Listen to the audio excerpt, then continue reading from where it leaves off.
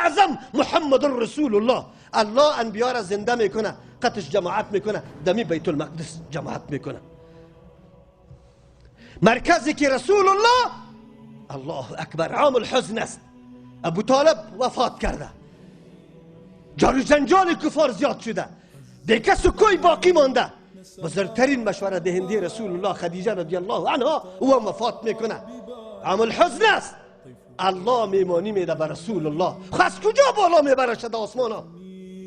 میفهمی از کجا میبره؟ از صخره بیت المقدس که فعلا در زیر قبه قرار داره، در زیر قبه قرار داره، مرکز دنیاست. عیسی علیه السلام نازل میشه، پس دوباره همونجا نازل میشه. قبله اولی مسلمان هاست. پیغمبر علیه السلام که مدینه منوره هجرت کرده 16 یا 17 ماه طرف بیت المقدس نماز خونده، طرف بیت المقدس نماز خونده.